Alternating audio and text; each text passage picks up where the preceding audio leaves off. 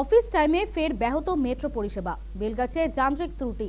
সংক্ষিপ্ত রুটে চলল মেট্রো, অফিস টাইমে ভোগান্তির শিকার যাত্রীরা। জানা গিয়েছে বৃহস্পতিবার সকাল ৯টা নাগাদ যান্ত্রিক ত্রুটির জেরে বেলগাছিয়ায় দীর্ঘক্ষণ দাঁড়িয়েছিল মেট্রো। ফলে নিত্য যাত্রীদের ভোগান্তির চরমে ওঠে। তবে আংশিকভাবে ডাউন লাইনে পরিষেবা স্বাভাবিক ছিল। গিরিশ পার্ক থেকে কবি সুভাষ পর্যন্ত মেট্রো চলাচল করছিল। শেষ পাওয়া খবর অনুযায়ী ৮ ঘন্টা পর ত্রুটি সারিয়ে রওনা দেয় মেট্রোটি। ততক্ষণে একের পর এক স্টেশনে ভিড় জমতে শুরু করেছে। পরিষেবা শুরু হলেও অতিরিক্ত ভিড়ের কারণে একের পর এক মেট্রো ছাড়তে হচ্ছে নিত্য যাত্রীদের।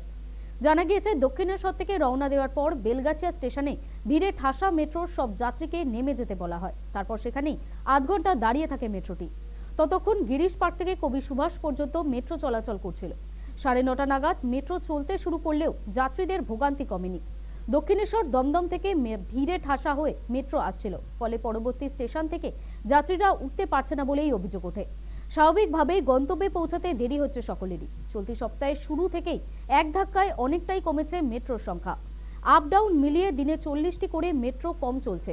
৭ নয়, সকালের দিকে ১৪ মিনিটের ব্যবধানে মিলছে ট্রেন। এর মধ্যে যান্ত্রিক ত্রুটির জেরে ভোগান্তির শিকার যাত্রীরা।